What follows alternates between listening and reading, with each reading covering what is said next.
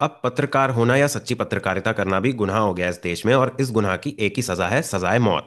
ऐसा ही कुछ हुआ उत्तराखंड के एक पत्रकार राजीव प्रताप के साथ, जब उन्होंने एक सरकारी अस्पताल की सच्चाई सबके सामने रखी और करोड़ों रुपयों का घोटाला लोगों के सामने रखा, लोगों को बताया कि ऑन पेपर तो करोड़ों रुपए लगे हैं इस अस्पताल में, ऐसा लिख के बता दिया। लेकिन उस सरकारी अस्पताल की हालत देखकर कोई बच्चा भी ये बता देगा कि उसमें 1 रुपया भी नहीं लगाया गया है, 1 रुपया भी नहीं। मतलब कुछ गलत हो देश में और उसके खिलाफ प्रोटेस्ट करें तो आपको एंटी नेशनल घोषित कर दिया जाएगा, और अगर आपने करप्शन के खिलाफ अपनी आवाज उठाई, लोगों को सच दिखाया, तो आपको जान से मार दिया जाएगा।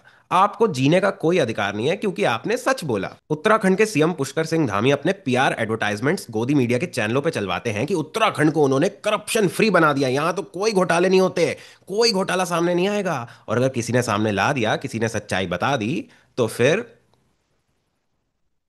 राजीव प्रताप ने जो किया, जो सच्चाई उसने जनता के सामने लाके रखी, उससे देश का भला ही होता। कि करप्शन हो रहा है, क्यों हो रहा है, नहीं होना चाहिए, जनता के सामने सच्चाई लाया ना वो, उससे देश का भला ही होता। लेकिन जो देश का भला चाहते हैं उनको आतंकवादी कह दिया जाता है या फिर उनको जान से मार दिया जाता है। और जो असल मायने में गद्दार हैं वो तो कुर्सी में बैठे हैं, आराम से बैठे हैं, मजे मार रहे हैं। गोदी मीडिया कभी ये सच्चाई दिखाएगा ही नहीं कि देश में कितना करप्शन, अनएम्प्लॉयमेंट या इनकम इनक्वालिटी बढ़ती जा रही है, क्योंकि वो तो I love Mohammad, I love Mahadev वाले टॉपिक पे बिजी है। वही बीजेपी के नफरती प्रोपोगेंडा को आगे बढ़ाने में बिजी हैं, जो कि किसी एक स्पेसिफिक रिलीजन को टारगेट किया जाता है। पीएम मोदी, मैं आपको इस रील पे टैग कर रहा हूं, अगर किसी तरह आप तक ये पहुंच जाए तो आप लाल किले पे जाके ये बोल दीजिए पूरे देश को कि ये जो डेमोक्रेसी है, ये जो कॉन्स्टिट्यूशन है, ये ऑन पेपर दिखावे के लिए ही है।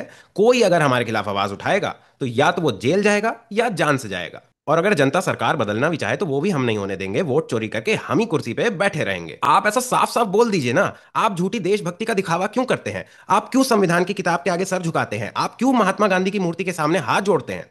ये झूठी देशभक्ति मत दिखाइए ना। अगर आप देशभक्त होते तो देश की आज ये हालत ना होती। आप भारत की हत्या कर रहे हैं, आप भारत के हत्यारे हैं। और ये मैं बिना किसी डर के साथ इस वीडियो में बोल रहा हूं।